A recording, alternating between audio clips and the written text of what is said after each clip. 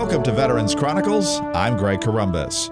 Our guest in this edition is Frank Pomroy, a U.S. Marine Corps veteran of the Pacific Theater of World War II. Mr. Pomroy served in the 1st Marine Division, 2nd Battalion, and earned the rank of Private First Class.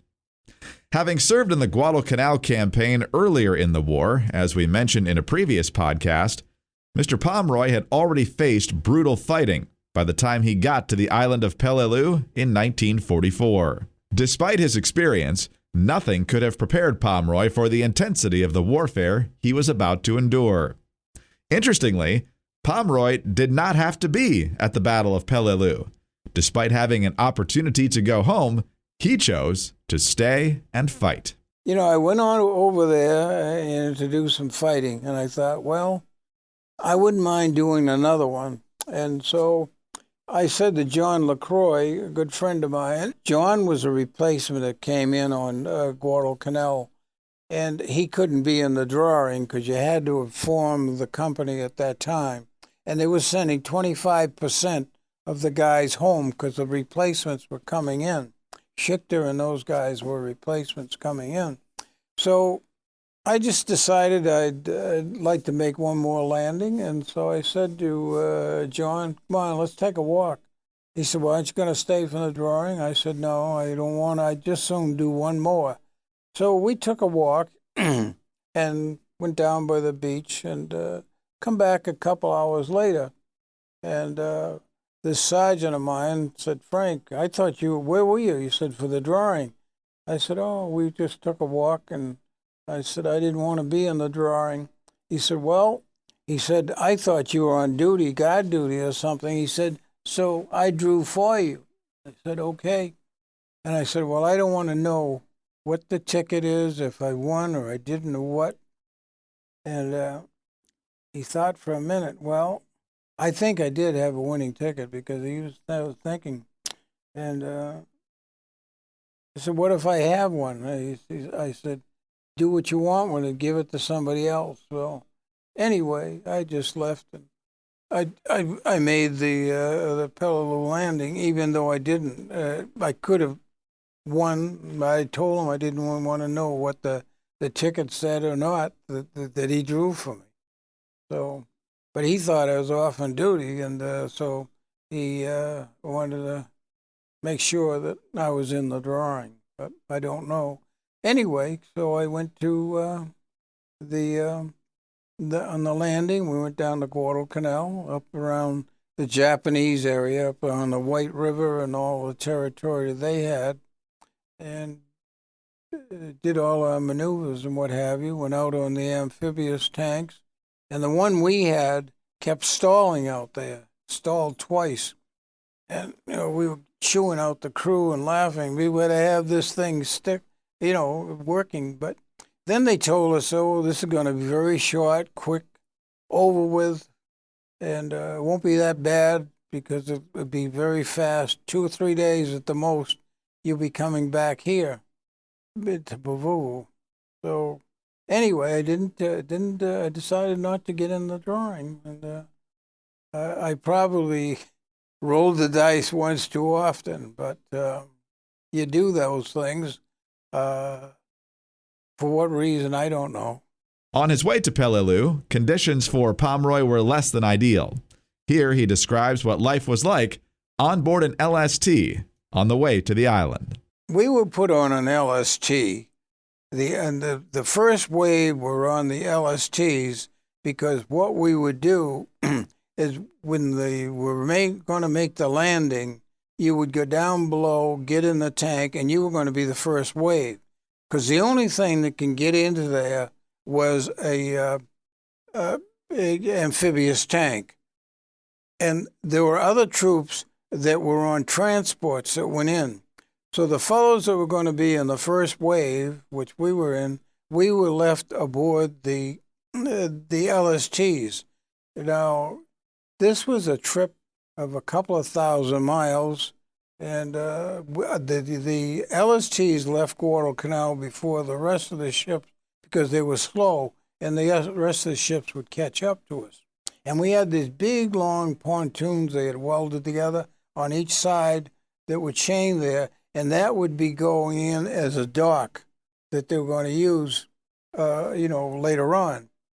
So, but we had no shelter, and this Sergeant Parker said to me one day, we were getting pretty near ready to go out, and he said, let's go up there and find a place for shelter.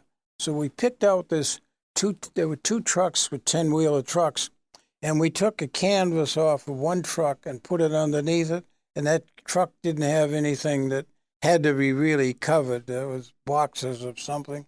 And we took another one, but we didn't want to uncover ammunition or anything like that. So we laid those underneath two trucks, and he had these two replacement kids come up there and squat underneath there so no other Marines would take those spots. And you had no way to protect yourself from the sun or anything. And they didn't have the facilities to feed about 200 or 300 Marines that were on there. So they gave us sea rations to carry. And, we'd open those up and take about 2 or 3 mouthfuls and throw the can overside. Well, so we weren't eating that good on top of that. And then they'd come out in the morning with some apples and coffee or something, and the guys used to grab the bag of apples from the guys, and we'd all dip in and take more and say, get down and get some more. I guess they had a lot of apples, so they would give out. But he was giving out one at a time. You're living on apples and coffee, and because the rations were terrible, and they made no provisions for that for any shelter or anything. The only body that could go down below with decks is the mechanics and the operators of the tanks. So we could never get out of the weather, and when a big shower came, everybody would take all their clothes off and shower and rinse off and then put their clothes on and get under the trucks or whatever out of the sun. I remember one time there was a big shower coming. We all went out there and soaped up. And what kind of soap? I don't know, some kind of laundry soap or something. We all showered. We had all our hair stuck up in the shower, disappeared. And we're all standing there with soap all over us. So we ought to put our clothes on, and about the middle of the night, a shower came. Everybody took their clothes off, went out there and showered off and dressed, and with the wet skin and everything. And you'd throw your clothes over the side to wash them with a rope, and then let them dry on the railing. But they have no facilities whatsoever. And these Marines now, the ones. You could easily tell the replacements, new uniforms, healthy looking, rugged. We were all skin and bones. And so you could tell someone that'd been over there for a while, and it was a big difference. So the LSTs, we never saw anything. We went down below deck, and they started those testing the engines, and half the guys were sick from the fumes and everything. Well, finally, they opened up the ramp in front, and you could see the island. And we went. They had an Army, one of those trucks that could go in the water, and they had a 75 millimeter cannon on it, and it was heavy going in the front. The first one went off, and it went right down under the water. So the next one, they had 2 of them. There was another one. I think they were operated by Army guys. I'm not positive. And he would move. And I saw a captain go up there and took out his pistol and put it right up by his head and said, you could tell, we couldn't hear what was saying, what's going on, but the engines, and everybody's looking. And this other one went off too. But you could see those guys get up, but the first group, I think, all drowned.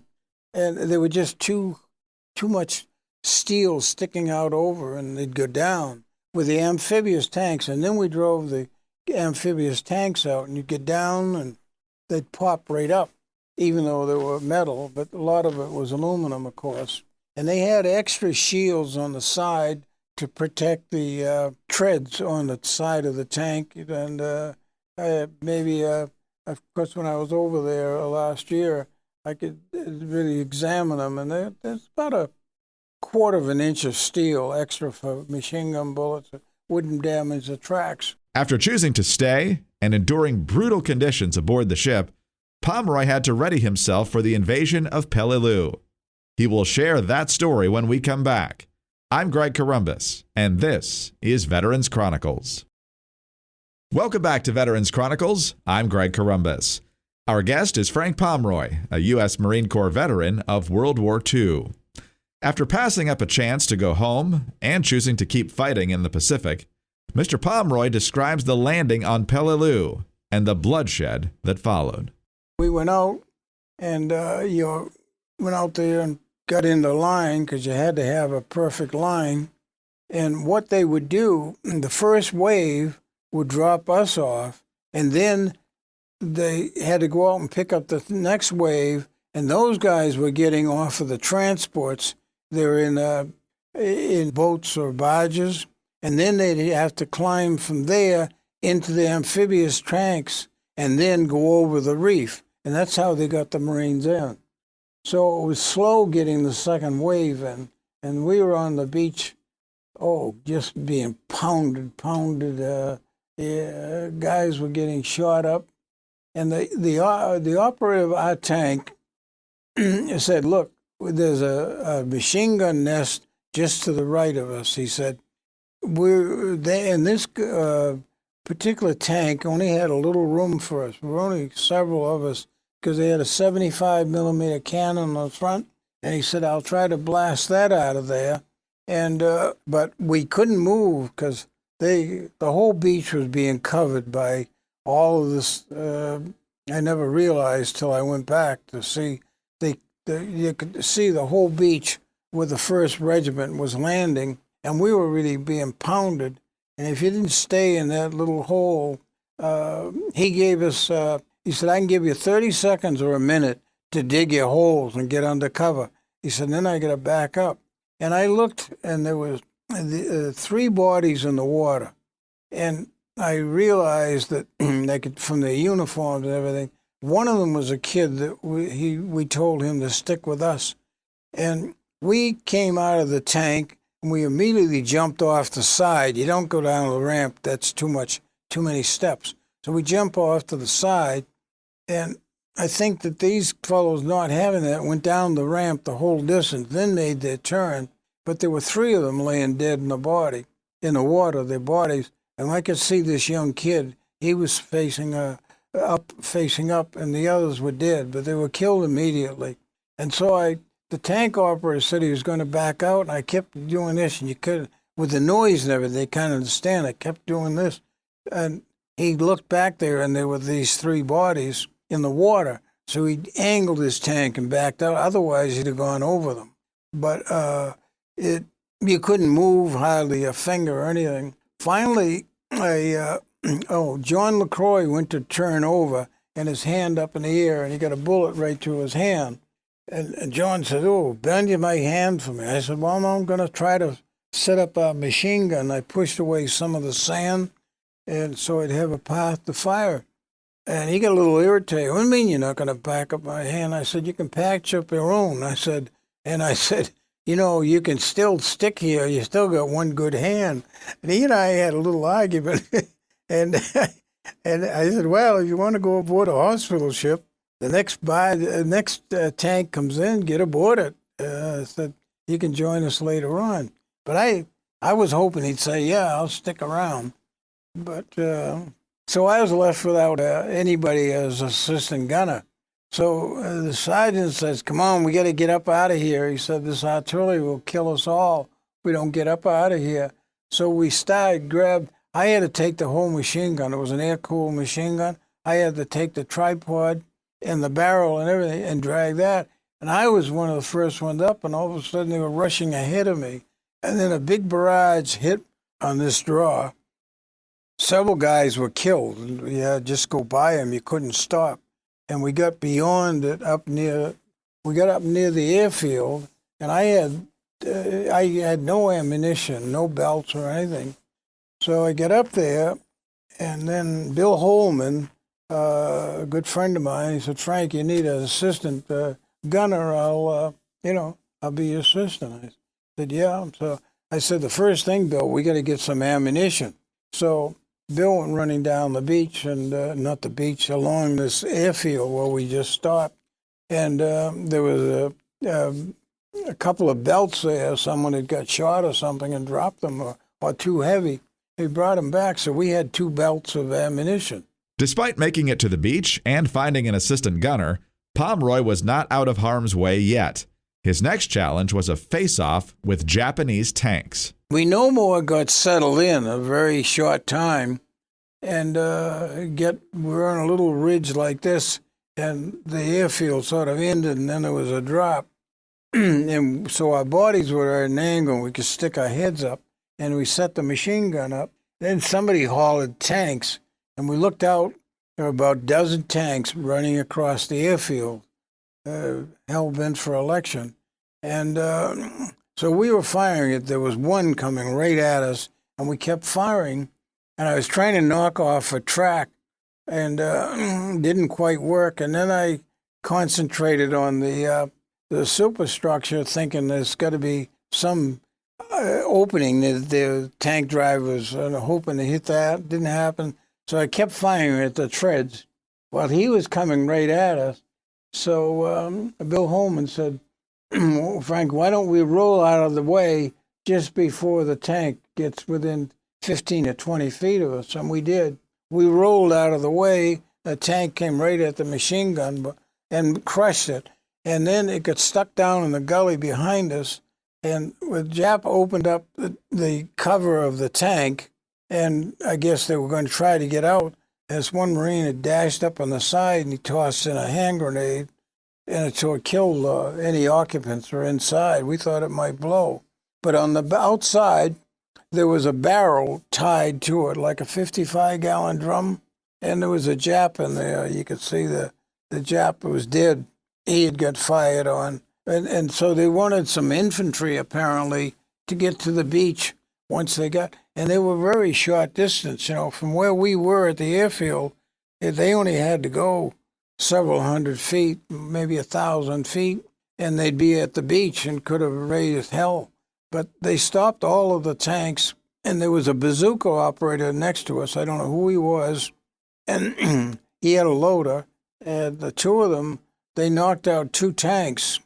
And we were yelling at him to fire at the tank that was coming at us, and he fired at it a couple times, but he missed it. And so that tank got through our lines, but he got stuck in his gully about 30, 40 feet from us, and knocked that out. I understand that tank was there for years.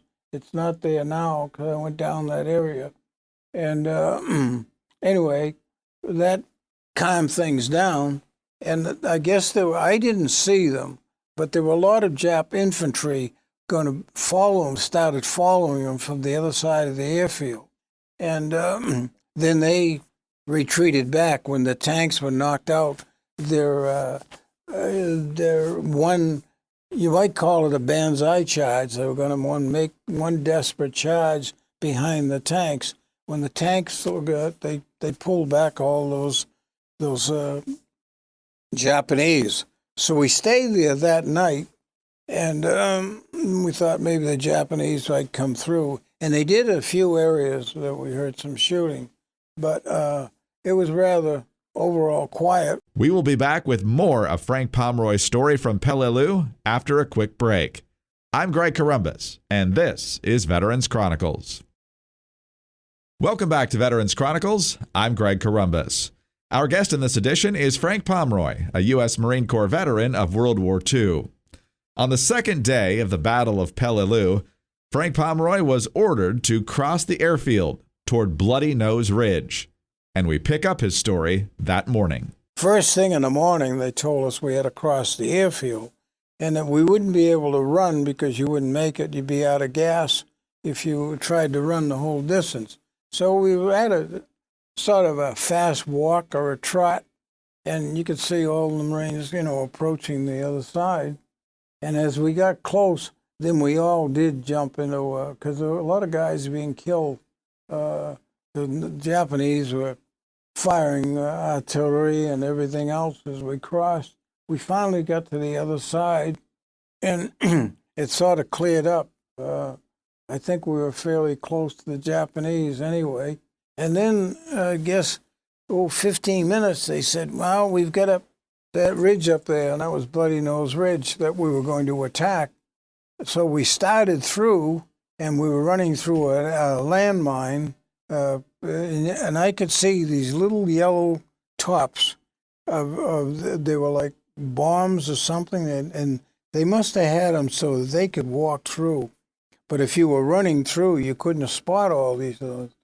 And so I was running, and I was carrying the barrel of the machine gun, and every once in a while I'd take a leap, and I'd find myself going through the air, probably jumping like a 10 or 12-foot jump or something, and you had to push what it was, that somebody stepped on a mine behind you or somewhere, and you sort of pushed you along. I did see a Marine carrying a flamethrower, and they used to tell you those things wouldn't burst into flame. And all of a sudden, this guy went up in a ball of flame. Something had hit him, whether it was a hot artillery shell or something.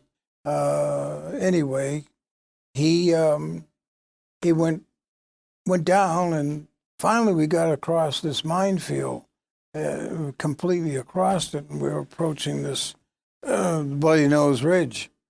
And by then, our ranks had thinned out between the beach and the minefield and crossing the airfield. There weren't too many of us left. So we tried to go up this one ridge, and there was so much fire, we had to, back down again. A couple of guys fell off because these were like sharp like this, very difficult to climb. And especially if you're carrying a part of a machine gun, you're sometimes pulling yourself with one hand and hoping your leg wouldn't slip. And so there were a couple of guys, you could see they were falling 30, 40 feet down into the coral ridge. It didn't move. You'd look down and see them not moving. So they got killed just falling off. Maybe they got shot or they slipped. And so we couldn't make it. And so we went back down again, and they decided that they wouldn't do anything till daylight the next day. So the next day we did the same thing, but during the night we had an attack by, I don't know, about a dozen Japanese or something came into our line, and this one Jap came at me. He had his bayonet on, and he started moving this. And I had my M1, I had picked up an M1 rifle that was beside me, and because of a machine gun, you couldn't get it set up or anything. And he came at me, and I had 8 rounds in my M1. So as he came at me, I shot him in the stomach, and he came forward and hesitated and backed up a little bit. He was on a ridge just above me. And then he gathered himself together again. All this is going on in an instant, and took off towards me. So then I had another. See, these people had bolt-action rifles. And once they fired it, they didn't have time to reload and everything. So they loved the bayonets anyway in close quarter. Anyway, I shot him right through the head. And as his rifle came down, it went through the side of my knee, and he fell on top of me because I was below, blood pouring out of his head, and some got in my mouth and what have you. So I immediately pushed him off, and I knew he was dead. So I just let him lay there, and I thought maybe might be another Jap, but the others had killed. Several of them, and we lost a couple of guys, and we didn't get another attack that night. So the next morning we attacked the ridges again. But I went over to this dead Jap, and I looked to see if he had any papers, opened up his wallet. There was a picture of his mother and father and a young girl, which I presume was his sister, and he only looked maybe about 17 or so. And anyway, I went to got my things together, and I put the pictures back in. I said, well, I didn't care for, there was nothing of information. He did have a flag in his hat, Japanese flag, but I didn't bother with that because we were going to attack the ridges again. After the nighttime sneak attack that Frank Pomroy just described, the Marines made a second attempt at taking and keeping the ridge. We did get up on top of the ridge, and once we had it, all of a sudden we were occasionally getting artillery fire, and we could have sworn it was coming from the ocean. There might have been some Navy who were naval directing a destroyer out there, their fire, and they didn't know the people on this ridge. They probably presumed it was Japanese. So we were getting low on ammunition, and they asked for a volunteer to get out and get some ammunition. I said I'd go. So I took a towel with me to put on my shoulder and went trotting down to the beach. And that's when I came across Chesty Puller's headquarters. So I sat down there, and Chesty Puller had his shirt off and, directing his hands were on his hips. And a shell came. Everybody ran and jumped down, ducked. He stood up. I still looked at him. He had his hands like this. He said, "What the hell are you guys doing?" He said, "That was a mile away." Well, it was fairly close, actually. And he was, he was just doing his thing of being Chesty Puller. And I always remember them picture him, no shirt, bright sun, standing with his hips like that. So we sat there for a little while. And I said, I got to get down to the beach. And a guy come trotting by, and he had a case on his shoulder facing this side. And the uniform didn't even look like it fit him. And everybody started looking and wondering. And he went a little past us. He turned around to look. I guess he thought, he was amazed that he got by us or something. And everybody hollered, "Jap." And all these guys fired their rifles or whatever. He must have been hit 50 times, and I saw Puller still standing there with his hands like this, looking. The guys all rushing over to look at this dead Jap. And I said, well, I just thought I'd get down to the beach, and I got a case of ammunition and started back. And when I got there, they said, now we need water. So I didn't feel like volunteering just after that. So they told us, Marvin Hatton, get out and get some water. So he went down to the beach, and he came back with an empty can, and we said, oh, where's the water? He said, water's no good. They got fuel in it, and you can't drink it. He said, I took a taste, he says, like a gasoline taste, and they were pouring from 55-gallon drums, and you could take one of these 5-gallon can. Well, he put a couple of quarts in it, I guess, just to prove that there was, and you couldn't drink the stuff. So I said, Marvin, we're being hit by some artillery, and they normally fire about 3 shells. I said, so after that first one hits, and we know it's there, I said, get flat on your stomach, because they're, firing right on top of us. So and a shell landed, another one, and Marvin didn't get flat on his stomach. He was on his hands and knees, and he got this shell right into his side. So you could hear him yell, and he rolled over on the side I could just barely see blood, and it was getting dark at that time. So I said to these guys, give me your bandages. I said, he's got a serious wound. And so I took my own, and I was going to wrap him put my hand, by then it was getting dark, right at my hand went right into his side, and I stuffed it all in. Then I took his and wrapped it. I pushed that in there, and then 7 or 8 other bandages I put around him, and then it was pitch dark. So we dragged Marvin up to a bomb crater and had him below ground, and then went up and formed our line. And, for about an hour, Marvin was screaming back there and yelling. He was in tremendous pain. So I told these guys, I said, look, I'm going back to to get Marvin and drag him down beside me. And he needed help, and the only thing he could do was console him or something. But and I often thought they should have given people some kind of a medicine, or even to give another Marine a shot or something. I suppose they were probably afraid to let this stuff out. I don't know what they used to give them, needles to, morphine or something, I suppose. And I said, don't anybody fire now, because I'm going to go over and get him. So I grabbed him by the collar and dragged him down the 30 feet that I was away. And I had a little depression I was in, so I put his body in, and I was on top of the ground. And all night long, he was, almost in a coma and making a lot of noise. So one of the guys, and I won't tell you his name, but he said, shut him up. He said, I'm going to come over and shoot him. I said, if you come over to shoot him, I'm going to kill you. So during the night, I was holding Marvin's hand. All of a sudden, I felt his hand relax. And I put my hand up by his face, and I didn't know what it was, a strange feeling. And I couldn't make out what it was. And I shut my eyes and slept for about an hour or so.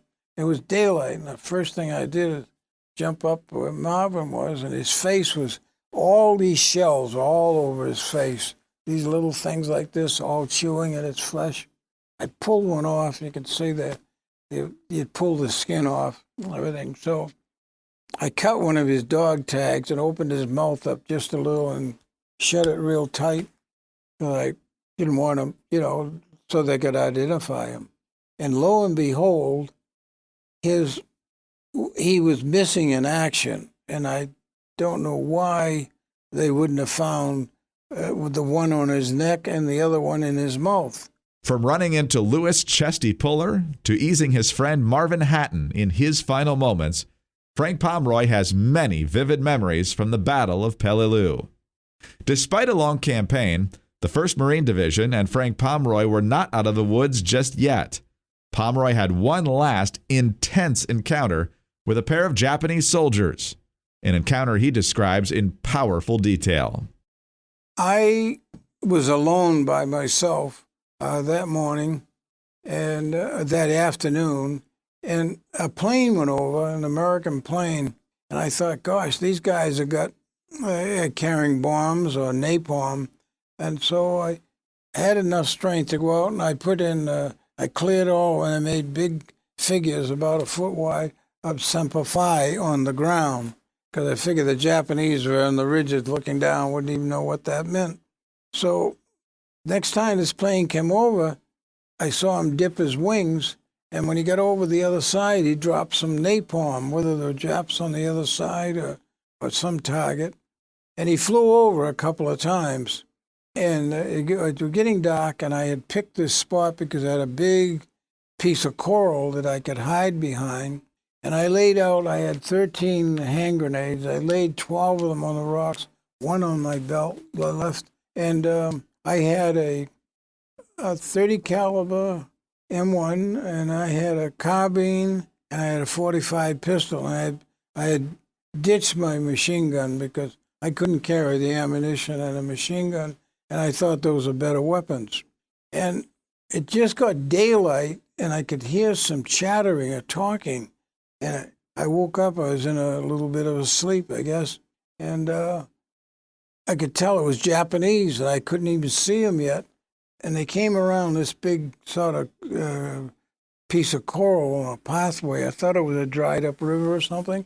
One was pulling a machine gun cart with supplies on it, and the other one was either an officer or a non-commissioned officer with a samurai sword dragging between his legs, and looked a little comical. But so I took my M1 rifle and waited till it got real close, and I shot the Jap pulling the machine gun cart because he had a rifle on his shoulder. I figured I'd better kill him first because I didn't want to get in a firefight. And I shot him in the head, and he dropped dead. And then the Japanese officer, for a second or two, stood there for a minute and trying to get his scabbard out and started rushing towards me. And I didn't want to take a chance of missing him if I tried to shoot him in the head. So I shot two bullets in his stomach and he fell down, and he's after yelling and screaming in Japanese. I saw his hand. He kept going like this, but he couldn't raise his arm up. I realized he had a hand grenade in his hand. So I had no water, and I had no food, but I had plenty of ammunition. So I thought, well, after he dies, I'll go out and get the canteen off the fellow that shot in the head, because I didn't want to bother him because he had a hand grenade. So he died within an hour or so and stopped screaming. Frank Pomroy was a private first class with the 1st Marine Division, 2nd Battalion in the Pacific Theater during World War II.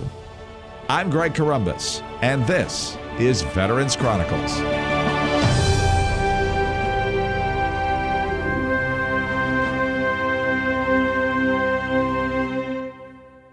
Hi, this is Greg Columbus, and thanks for listening to Veterans Chronicles, a presentation of the American Veterans Center. For more information, please visit AmericanVeteransCenter.org. You can also follow the American Veterans Center on Facebook, and on Twitter, we're at AVC Update. Subscribe to the American Veterans Center YouTube channel for full oral histories and special features. And of course, please subscribe to the Veterans Chronicles podcast wherever you get your podcasts. Thanks again for listening, and please